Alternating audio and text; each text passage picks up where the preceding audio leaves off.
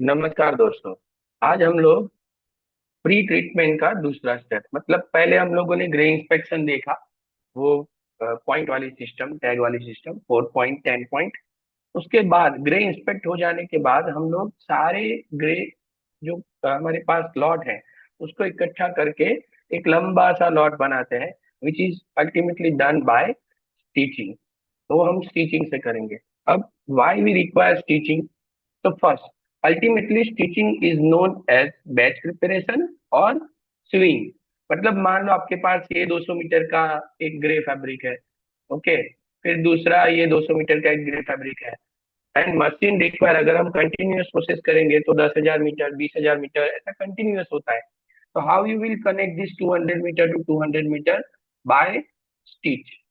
और स्टिच कर करते हुए वो 200 200 500 500 700 मीटर सबका एक लंबा सा यूनिट बनाएंगे, which is ultimately known as the batch.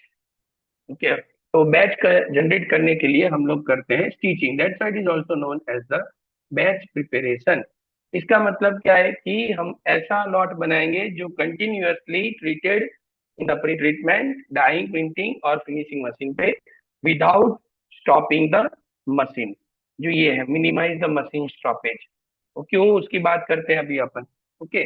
तो stitching is the ultimately process where we are joining one fabric roll to the trail of another fabric roll by sewing machine. Okay, so we can process this fabric in a continuous manner.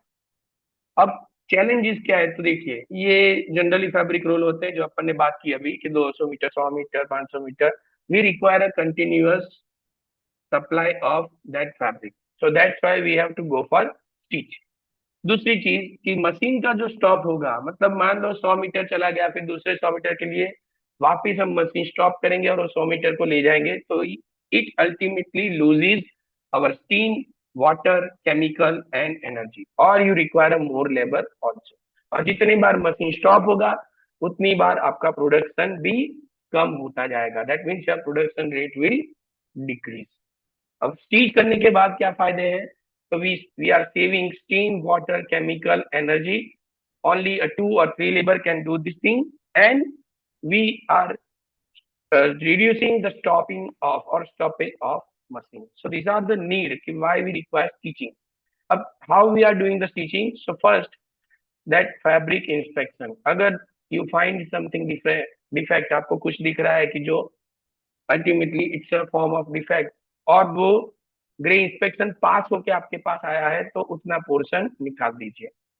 Fabric को align कीजिए parallel, ऐसा नहीं होना चाहिए। Okay, this is known as the बोनेस। बोनेस मतलब ऐसे हो जाना फैब्रिक का, तो ये नहीं होना चाहिए। ओके, वो parallel, it must be parallel और align to each other, then you go for stitch. Okay, this is the stitching. Okay, maintain strong but flat steam. Flat steam मतलब एकदम पतला, थिकनेस उसकी बहुत कम होनी चाहिए, नहीं तो जहां पे स्टीच होगा वो ऐसा पोर्शन फूल जाएगा, और जैसे ही वो फूलेगा वो मशीन में वो it will give you a jump, तो वो नहीं होना चाहिए।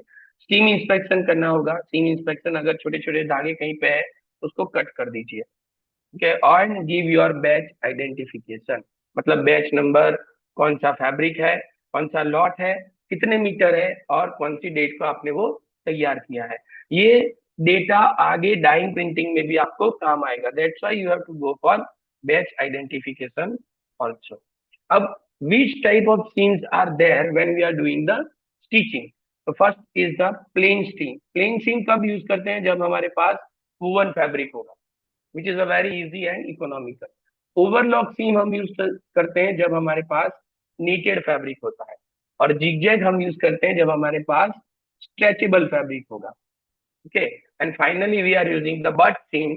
ये यूज किया जाता है जब आपको मिनिमम थिकनेस चाहिए और एज टू एज, मतलब कि फैब्रिक यहाँ पे है, दूसरा यहाँ पे है, और हम एज टू एज उसको ज्वाइन कर देंगे, तो at that time we are using the flat seam. Generally ये फ्लैट सीम और लॉक स्टिच ज्यादा यूज होता है। नीटेड इंडस्ट्रीज थोड़ी कम है, तो ओवरलॉक इसका उसका भी यूज कम होता है, और जिगजैग भी कम, क्योंकि स्ट्रेचेबल हम बहुत कम यूज करते हैं जब प्रोसेसिंग की बात आती है तब। अब ये मशीन आते हैं उसके लिए, lock stitch machine, overlock machine and flat seam machine. We must know these machine and their type, क्योंकि जब प्रोसेस करेंगे तो स्टिचिंग के भी ध्यान दिया जाता है कि हाउ यू हैव स्टिच, क्योंकि उसके जंप भी मायने रखते हैं जब हम उसको डाइंग या प्रिंटिंग में ले जाते हैं। Okay, so why we require the stitching that we have already discuss, कि हमें क्यों चाहिए, है ना। पकड़िंग मतलब ये फैब्रिक ऐसे नहीं हो जाना चाहिए, स्टिच ऐसा नहीं, स्टिच एकदम स्ट्रेट होना चाहिए।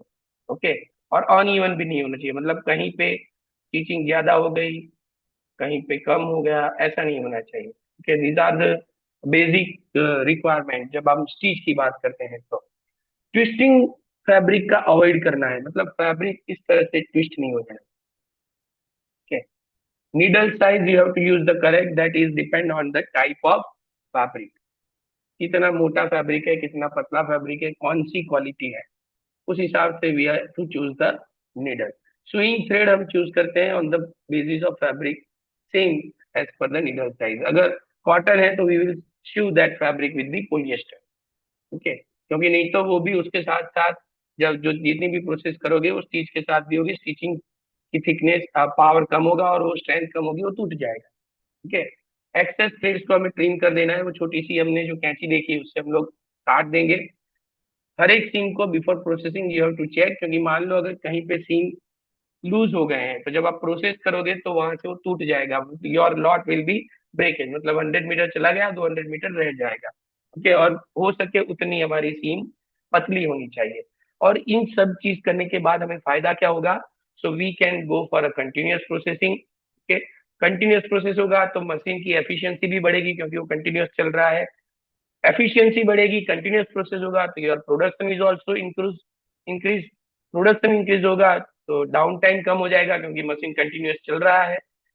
योर कंटिन्यूअस मशीन में अगर आप इंडस्ट्री में भी देखोगे तो लेबर कम लगता है, once it has been set उसके बाद वो काम करता रहेगा जब तक आपका एक लॉट चलेगा तब तक।